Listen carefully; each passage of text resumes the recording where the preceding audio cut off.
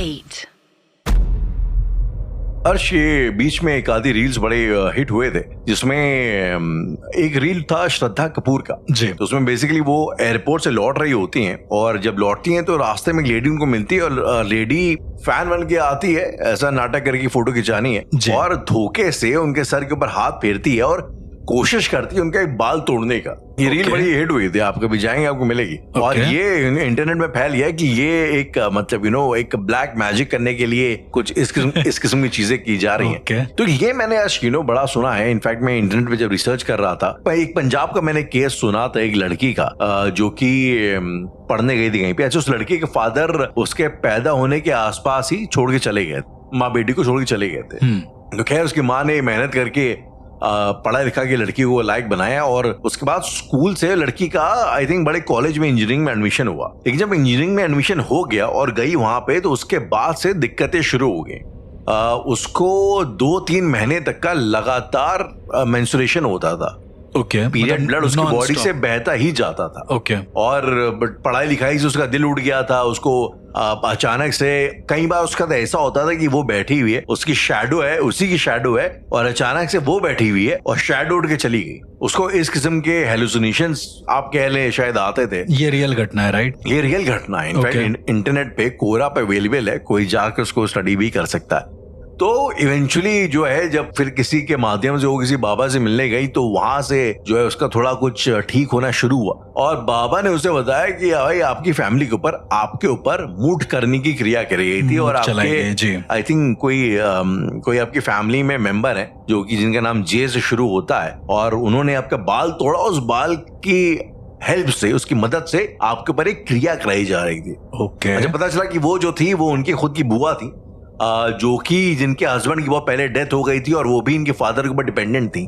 जब ये पैदा हुई थी तब से वो इनसिक्योरिटी में रहती थी। तो आप ये समझिए कि जब ये पैदा हुई थी उसी टाइम से उस महिला ने इसके ऊपर एक क्रिया करना शुरू कर दिया था, जिससे इसका मानना है समय से एग्जैक्टली मतलब ये इंजीनियरिंग कॉलेज में है, तो हम अज्यूमिंग 18-19 साल की लड़की तो होगी, तो 18-19 साल पहले से ही उन्होंने क्रिया करनी शुरू कर दी थी और वो लगातार करती जा रही थी, जिसकी वजह से शायद उसके फादर चले गए, उनकी मम्मी को बड़ी समस्याएं हुई उसका भरण पोषण करने में, उसकी पढ़ाई लिखाई करने में। और इवेंचुअली जब वो पढ़ाई उसकी हो भी गई और ये सब हुआ और बड़े अच्छे कॉलेज में उसका एडमिशन हुआ, तो हम अज्यूमिंग कि वो काफी चिढ़ गई होंगी इस बात से और उन्होंने उसका प्रोसेस डबल कर दिया होगा। I am not very sure. एक तो मुझे पता नहीं ये सब चीजें वर्क करती कैसे हैं, लेकिन यहाँ पर मैंने पहली बार ये सुना था कि मूठ करके क्रिया होती जो बड़े लंबे काल के लिए, बहुत लंबे टाइम के लिए की जाती है किसी के ऊपर, और वो किसी भी इंसान का परिवार तक बर्बाद कर देती है। बिल्कुल राहुल, मुझे ऐसा लगता है कि ये one of the most intriguing topic है, क्योंकि हम लोगों ने इतनी सारी बातें कर ली हैं, पर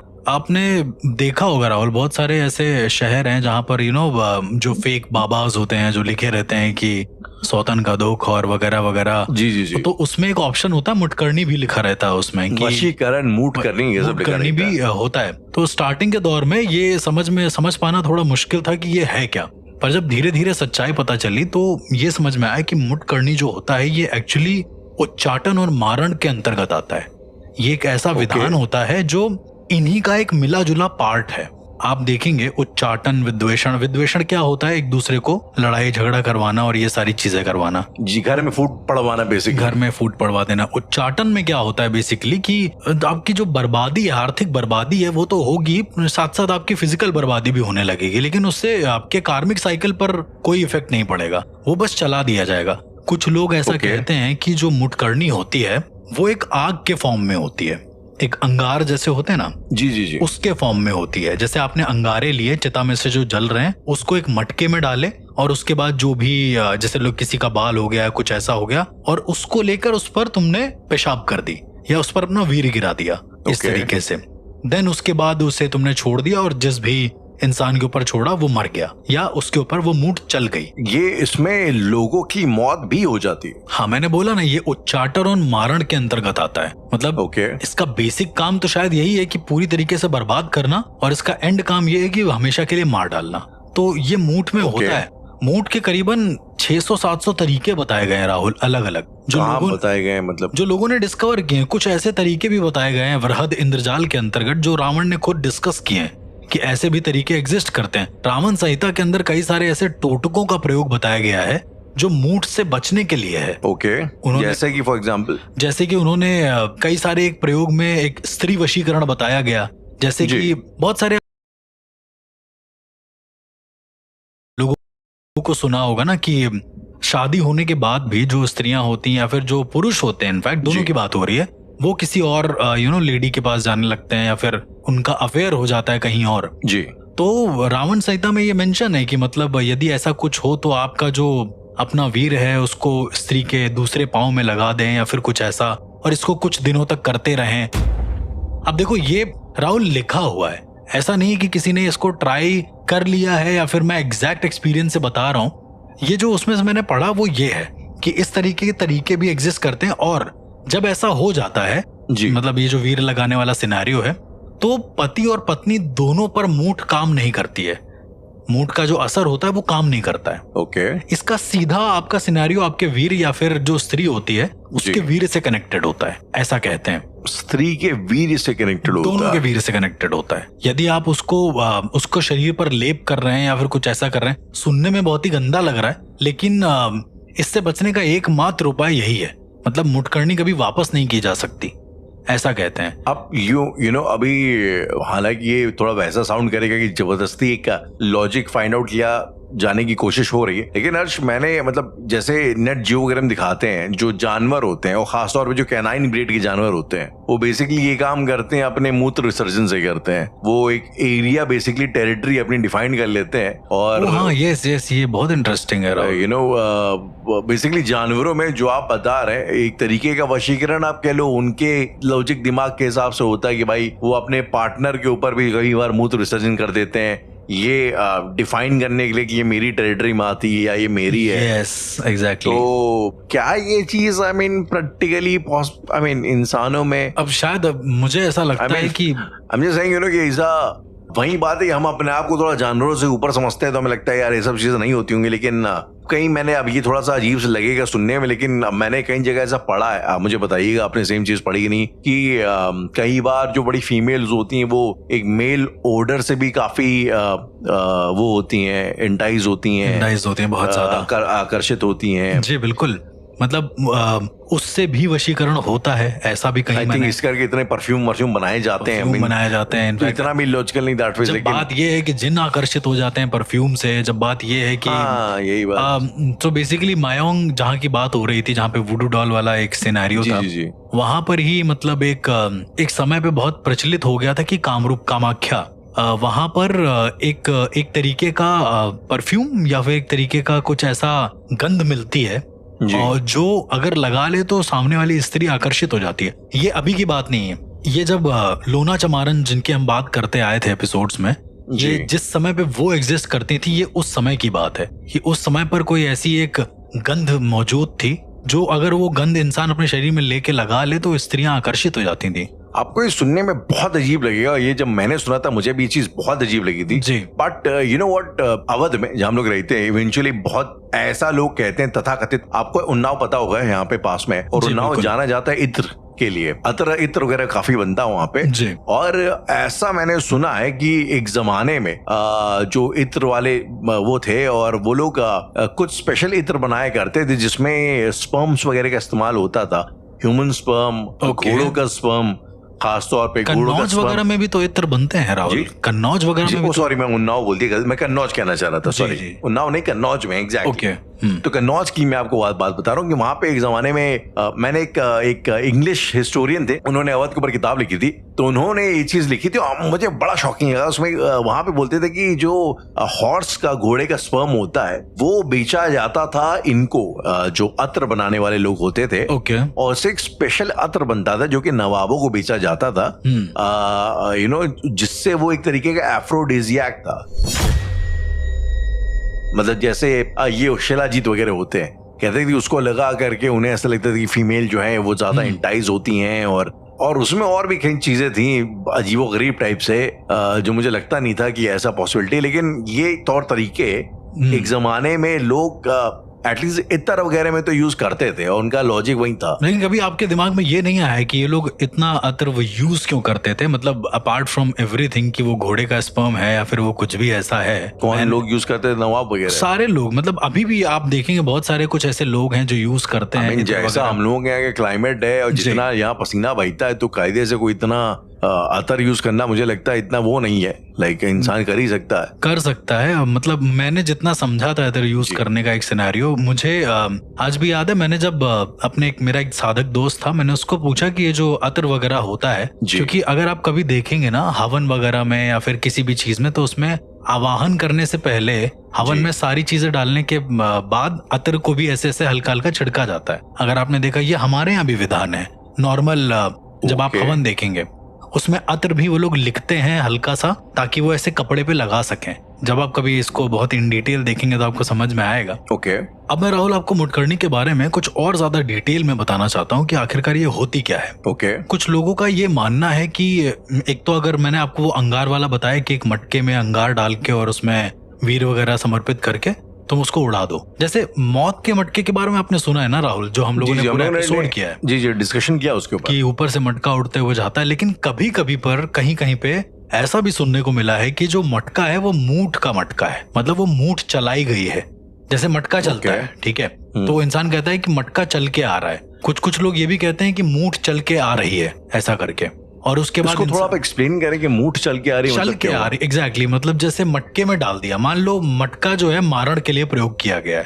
अब उसमें इंसान ने अपना वीर डाल दिया और उसके ऊपर बहुत सारी चीजें जो भी अभिमंत्रित करके, जैसा भी करके उसने विधान करके उस मूठ को चला दिया।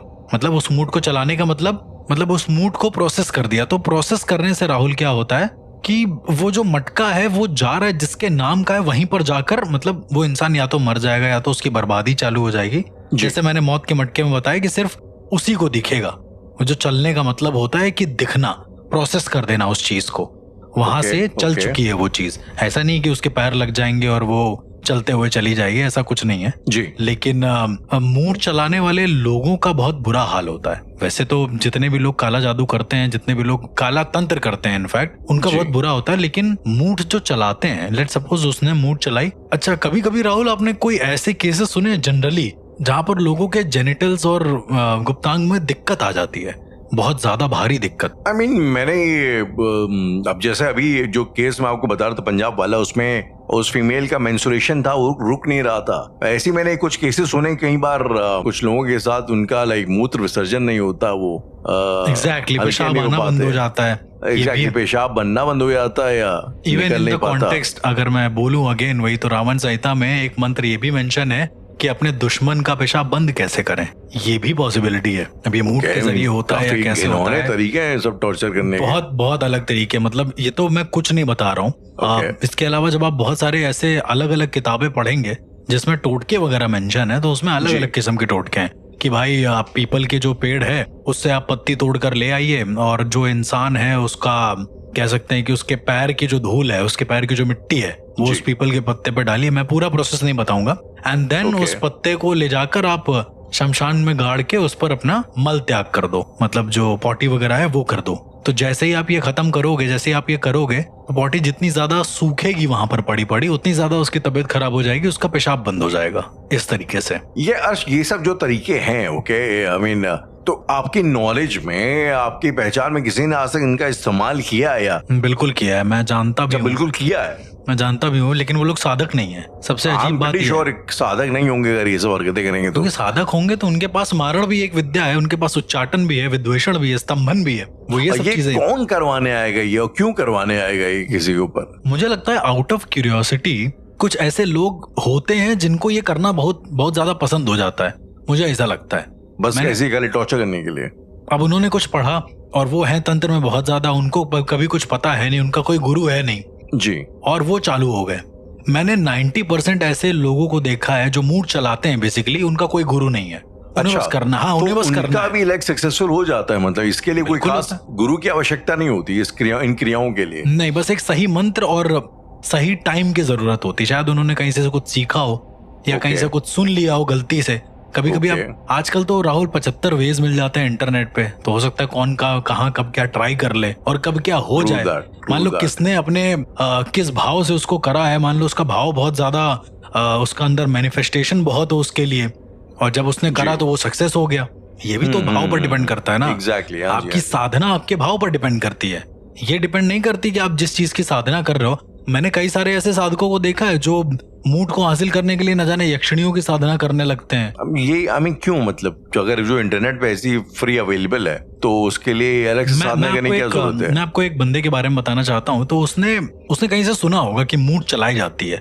अब मूड से क्या होता है, मैं जो इसने इस एक्सपीरियंस में हुआ वो मैं आपको बताना चाहूंगा। उसने ये कहा कि मूड चलाने से, उसने कहीं से सुना होगा पेपर वगैरह में से या कहीं से भी देखा होगा, पूछा होगा, मूड चलाने से इंसान पूरी तरीके से बर्बाद होने लगता है। ये बात तो सच है। अच्छा। यदि किसी के ऊपर मूड चलाई जाती है तो वो इंसान बहुत ही मिस्टीरियस तरीके से, जैसे काम धंधा बहुत अच्छा चल रहा है उसका, तो उसका काम धंधा रुक जाएगा, फिर उसका शरीर थोड़ा सा काम करना बंद करेगा, फिर दिमाग काम करना बंद करेगा। ऐसे धीरे धीरे वो पूरी तरीके से उसका पतन होना शुरू हो जाएगा।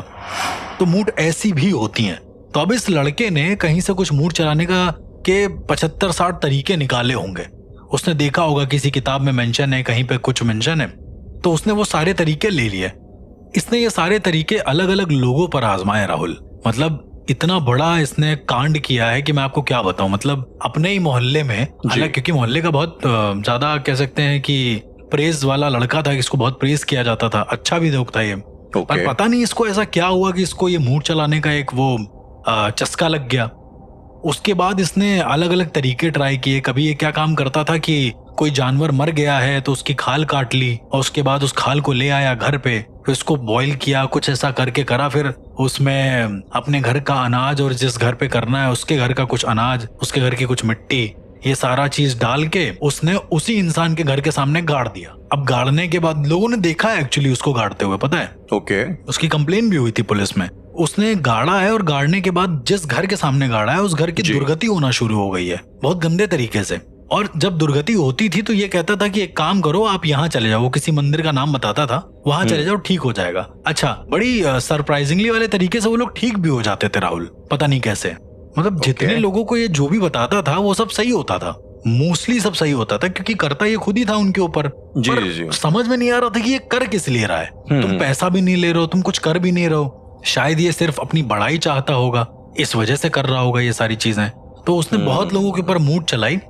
एक दिन हद तब हुई जब इसने एक नया गृह प्रवेश हुआ था किसी का। अच्छा, एक सबसे बेस्ट चीज है राहुल की जो मूड होती है वो नए घर पर सबसे ज्यादा काम करती है, बहुत गंदे तरीके से। हाँ, क्योंकि उस समय ग्रह देवता एकदम स्थापित हुए होते हैं। मतलब गृह प्रवेश में क्या होता है राहुल, गृह देवता की पूजा होती है। राइट। अब जिस दिन गृह प्रवेश होता है उस दिन दोपहर के टाइम पूजा होती है, लेकिन सुबह के टाइम पूजा नहीं होती है।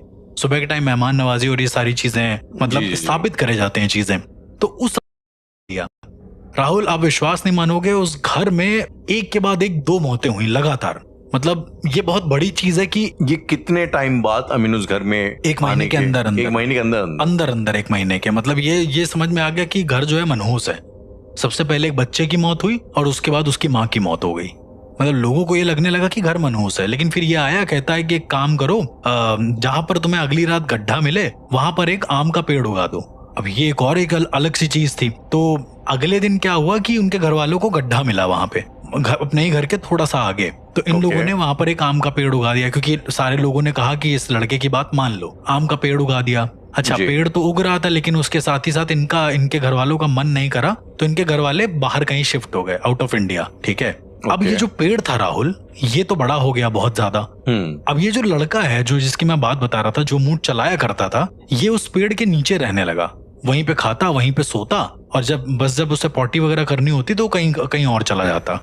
ये वहीं पे रहने लगा। पेड़ का फल हुआ, फल को तोड़ा इसने और उसने करीबन 3-4 लोगों को खिलाया वो फल। कुछ लोगों ने खा लिया, कुछ लोगों ने आउट ऑफ नोवेयर बोले कि अभी मेरा मन नहीं है, जो भी है। जिन लोगों ने खाया था वो लोग इसके हिसाब से चलने लगे राहुल। मतलब जो ये बोलता था वही लोग ये करते थे। मतलब इसकी उम्र कितनी रही होगी? इसकी उम्र रही होगी 24 साल 23 साल। और जो लोग इसकी बात मानते थे उनकी उम्र रही होगी 50 साल 70 साल। मतलब इतने उम्र के लोग इसकी बातें मान रहे हैं। जो जैसे जैसे ये बोल रहा है वैसा वैसा कर रहे हैं। एक दिन हद हो गई, इसने तीनों से बोला कि हमें 2 करोड़ रुपए का इंतजाम करो, और इन तीनों इंसानों ने पता नहीं अपने घर के कागज बेच के न जाने कैसे 2 करोड़ रुपए का इंतजाम कर दिया, और वो कैश लाकर रख दिया इस बच्चे के सामने, करीबन 10 दिन का टाइम लेके अराउंड। और ये बहुत बड़ी बात होती है राहुल, मतलब 3 करोड़ रुपए कैश, मतलब अपने आप में एक बहुत बड़ा एक टॉपिक है। तो जो अदर लोग थे जिनके घर से ये सब पैसा ऐसा गायब हो रहा है, उनके घर वाले आए और बोले कि ये सब क्या कर रहे हैं आप लोग, बच्चे को क्यों पैसा दे रहे हैं। तो इस बच्चे ने बोला कि तुम ज्यादा मत बोलो वरना तुम्हारा पति तुमसे हमेशा के लिए अलग हो जाएगा। इस बच्चे ने बोला वहीं सबके सामने। खैर इसको बहुत हेट मिली फिर उसके बाद से, लेकिन वो जो अंकल थे जो ला के रख रहे थे, उनकी शादी को हो गए होंगे 20-30 साल लगभग, क्योंकि उनकी उम्र 50 साल थी। तो वो अपनी पत्नी को छोड़ देते हैं राहुल। ओके। कहते कि हमें नहीं रहना तुम्हारे साथ। मतलब out of nowhere fully control था इस लड़के का उन तीनों आदमियों के ऊपर। आउट ऑफ नोवेयर पता नहीं क्यों और कैसे उसकी बात मान रहे थे। और ये चीजें टूटी कब मालूम है, जब वहां पर कुछ कंस्ट्रक्शन का काम वाम हो रहा था, तो कुछ लोगों ने मिलकर उस पेड़ को काट दिया। अब वो बच्चा तो वहां बैठा नहीं था, पेड़ कट गया पूरा का पूरा। पेड़ कटने के बाद कहा जाता है कि वो जो तीनों आदमी थे बहुत तेज रोने लगे अपने अपने घरों में। और जब वो बच्चा आया है जो उस पेड़ के नीचे बैठता था, वो बहुत रोने लगा। कहता है कि मतलब मेरी शक्तियां तुमने मुझसे छीन ली, इस पेड़ को काट दिया। तब जाकर एक बड़े पंडित को बुलाया गया और उन्होंने कहा कि ये जो पेड़ था इसे मूठ का पेड़ बोलते हैं। इस पेड़ के आसपास भी जो रहता वो वशीकृत हो जाता। वो पेड़ उस घर के अंदर था? नहीं, वो पेड़ एक अलग कहीं बना था। वो तीनों घर अलग थे, ये पेड़ एक अलग घर में, जिनके यहाँ मौत हुई थी, 2 मौत हुई थी एक साथ। ये पेड़ उस घर के सामने बना हुआ था। उस घर के सामने ये पेड़ सामने बना हुआ था। ओके। समहाउ उस पेड़ को हटा दिया गया, इस लड़के को भगा दिया गया। लेकिन जो पंडित आए उन्होंने कहा कि ये मूठ का पेड़ है, तो यदि ये उगेगा और इसमें से जो फल निकलेगा वो अगर आप किसी को खिला देंगे तो वो इंसान वशीभूत हो जाएगा तुरंत। तो लोगों ने पूछा कि मूठ का पेड़ एक्चुअली होता क्या है। तब उन्होंने बताया कि जो वीर होता है वो, उसके बाद बिल्ली के नाखून, उन्होंने बहुत अलग अलग चीजें बताई उसके अंदर।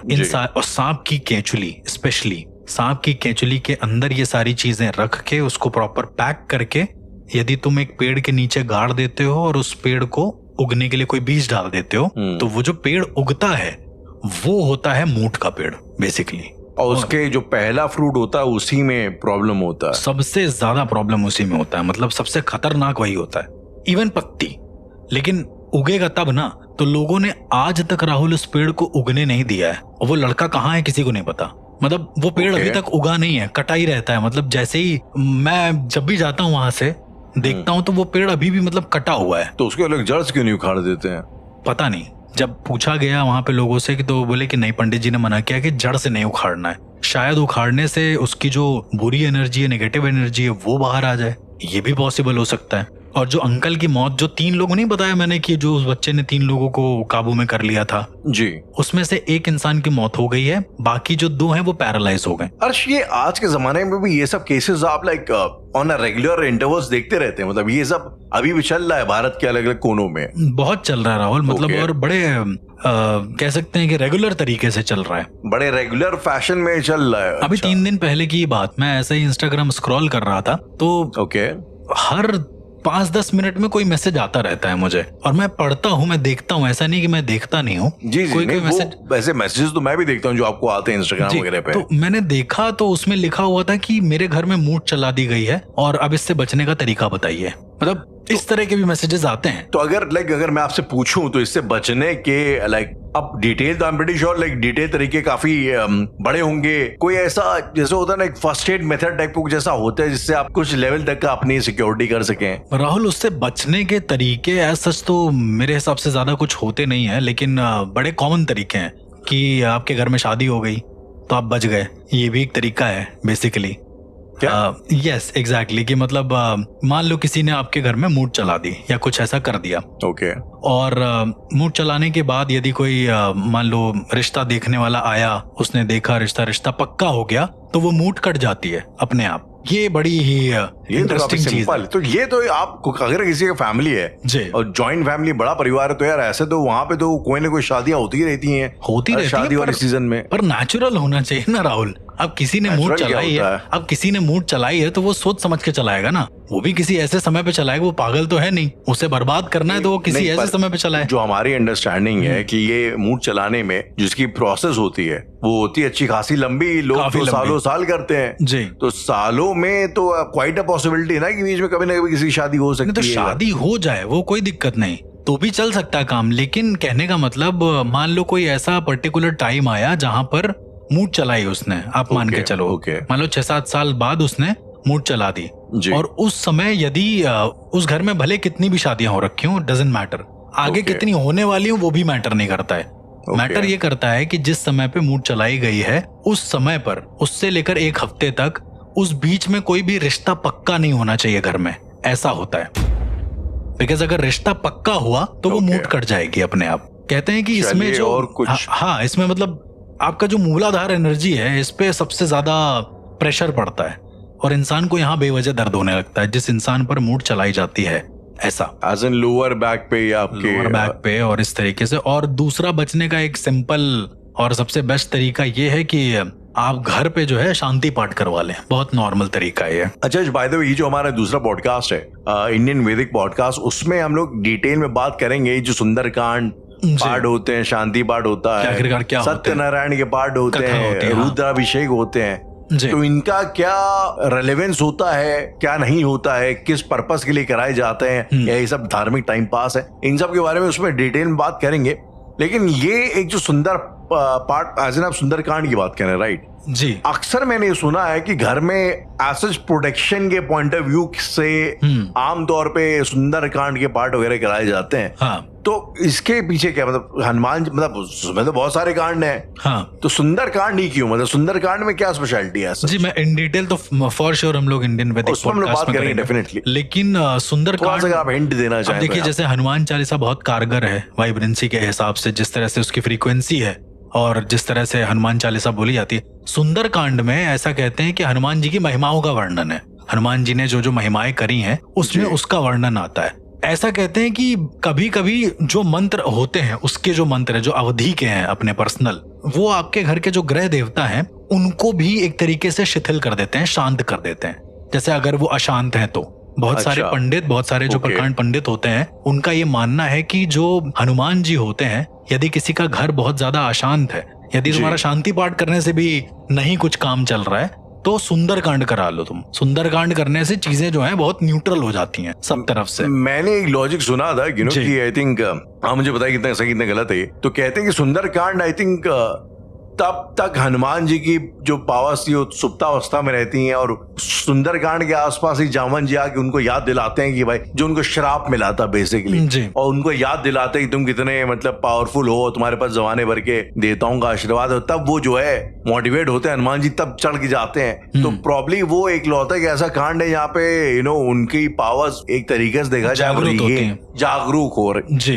तो आई थिंक सुंदरकांड एक लौता एक ऐसा कांड है जिसमें हनुमान जी एक तरीके से अपनी पावर्स को रीगेन करते हैं, जागरूक हो जाती है। तो probably psychologically speaking it's like कि आप एक इंसान को मोटिवेट करने का एक तरीके से कि तुम्हारे अंदर वो ताकत है और तुम जो है चाहो तो कर सकते हो। बिल्कुल, तो मतलब प्रॉब्ली मैंने जब पहली बार इसका लॉजिक सुना तो मुझे ये चीज बड़ी लॉजिकल लगी। इट्स मोर लाइक कि एंशिएंट टाइम में मोटिवेट करने का तरीका, देखो हनुमान जी की ताकत याद आ गई, तुम भी कर लो, उस तरीके से। मतलब सुंदरकांड तो एनी विच वेज बहुत अच्छा है किसी भी चीज के लिए। इवन बहुत एक सिंपल सी चीज बताऊं आपको राहुल, तो सुंदरकांड तो बहुत एक प्रबल तरीका हो गया चीजों से बचने के लिए। उससे कोई बड़ी एंटिटीज होगी तो भी आप सुरक्षित हो जाएंगे एक तरीके से। अब मूड का क्या सीन है ना कि वो चल जाता है तो पता नहीं चलता है, सबसे अजीब बात ये है। मतलब वो चल गया आपके ऊपर, आपको पता तो होना चाहिए कि आपके ऊपर क्या आ रहा है, ऐसा मान के चलिए। कोई एंटिटी आ रही है, कर्ण पिशाचनी आ रही है तो आपके कान में बोल रही है, राइट, या फिर यक्षिणी आ रही है तो आपको एक लेडी का आभास हो रहा है आसपास, ऐसा करके जी। लेकिन जब मूड चलती है तो आभास नहीं होता है आपको, धीरे धीरे धीरे बहुत स्लो प्रोसेस है, इट्स अ स्लो पॉइजन। तो आप धीरे धीरे काम वाम छोड़ देंगे, सब कुछ छोड़ देंगे, एकदम चुपचाप से बैठ जाएंगे। मैंने केस में डिस्कस किया आपके साथ कि वो बिल्कुल काफी पढ़ी लिखी लड़की थी, लेकिन आहिस्ता आहिस्ता पढ़ाई उसकी छूटने लग गई, सब कुछ छूटने लगा। तो अब देखो वो क्या हुआ कि अरे यार हो सकता हो कोई अलग भाई ध्यान चला गया और डिस्ट्रैक्ट हो गई हो या कुछ ऐसा, फिर वो बहुत न्यूट्रल पर्सपेक्टिव पे हम लोग बात करने लगते हैं। अब मूड का सीन खतरनाक इसलिए है कि पहली बात तो उच्चाटन और मारण में आती है, दूसरा राइट कि जब तक पता चलता है इंसान को तब तक बहुत देर हो गई होती है, तब तक वो पूरी तरीके से शरीर में असर कर चुका होता है, फिर कोई ऑप्शन नहीं होता है इंसान के पास, मतलब उसके आखिरी विदा लेने का ही ऑप्शन होता है और फिर वो इंसान कहता है कि अब मैं मरने वाला हूँ। तो चलो ये सब तो बातें हो गई वशीकरण की, मूड करने की, जो बेसिकली क्रियाएं हैं, उच्चाटन मारन वगैरह, उच्चाटन मारन वगैरह जी। लेकिन हर्ष मैंने रिसेंटली एक फिल्म देखी है एंड एवर सिंस मैं जो है ना काफी आप कह लीजिए सकते मुंह जब बड़ा अचंबा हुआ ये जान करके कि कई बार जो पोजेशन होता है, कई बार जो इस किस्म की जो क्रिया होती है वो मात्र एक एक्सप्रेशन से भी हो सकती है। मैं बात कर रहा हूँ फिल्म स्माइल की, अगर आपने देखा हो रिसेंटली नेटफ्लिक्स में एक फिल्म देखी थी, तो इस फिल्म के हिसाब से आप एक स्माइल, एक नॉर्मल ह्यूमन जेस्चर एक्सप्रेशन की वजह से भी पोजेस हो सकते हैं।